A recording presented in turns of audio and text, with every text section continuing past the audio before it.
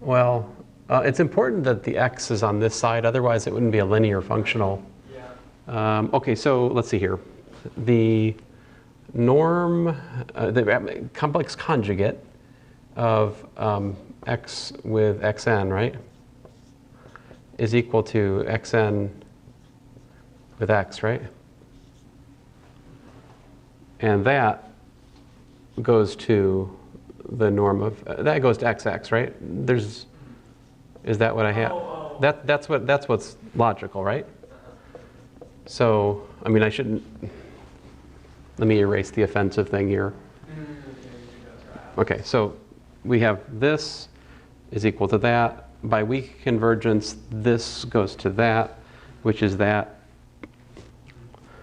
But then, by properties of the conjugate, that implies that x with xn goes to the norm of x squared as well, right? Yeah. Okay. Gotcha. Sorry. Yeah. You're fine. So, in other words, that sequence converges, right? Therefore, it's bounded. So, in other words, this is a convergent sequence, right? X with xn is convergent sequence.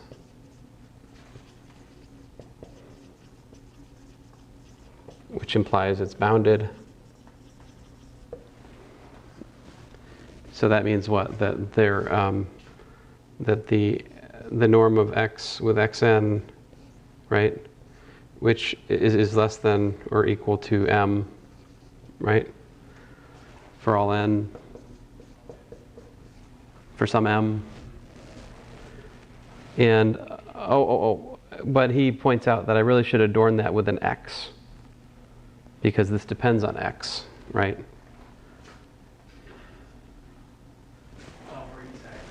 Yeah. Ooh, now he pulls out a big gun. So what we have then is we've got the absolute value of fn of x, right, is less than or equal to m sub x. You know, for all x where? For all x and e, right? And in the natural numbers. And then he appeals to the Banach-Steinhaus theorem to find a constant, a universal constant to overrule them all. So he says that the Banach-Steinhaus theorem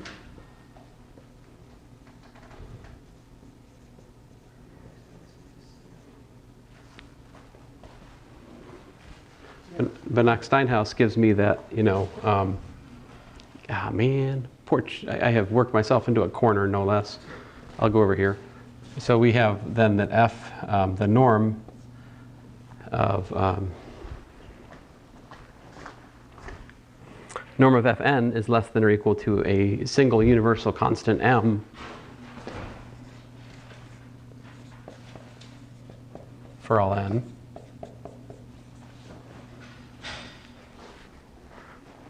And then what? Since but then we can do what? Let's see here. Then he's like, what else do we? Well, we have that the norm, the absolute value of fn of x, right, is equal to the absolute value of the inner product of x with xn by the definition of fn, right? Then Cauchy-Schwarz gives us that's less than or equal to the norm of x times the norm of xn, right? And, but let's see here. Also, we know that the norm of,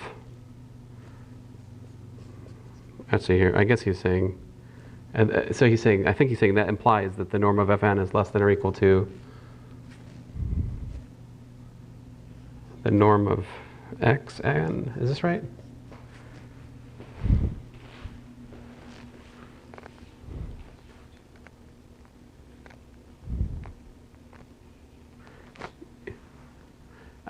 He says his language here is, since this is true, it implies that, and that's the language.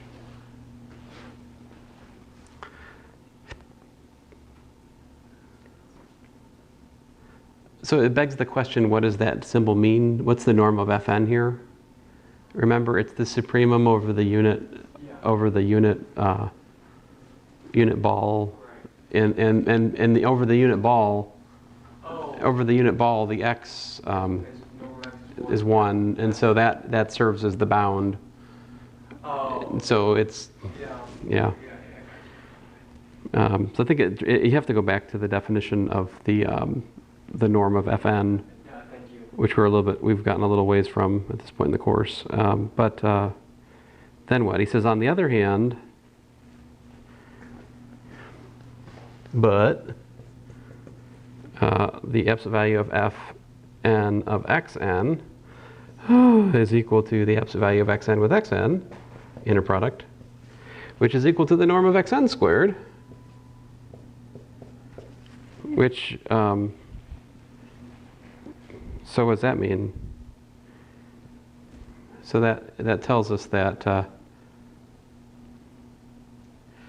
okay, so this is the thing, is if this is the upper bound and it's the, so you want the greatest lower, like you're looking for the supremum of the values of this thing on the unit ball, and then you find out for these ones, you get that. Well, anyway, this implies that the norm of Fn is just equal to xn, norm of xn, and thus the norm of xn is less than or equal to m for all n in n. As I was saying, I believe that, well,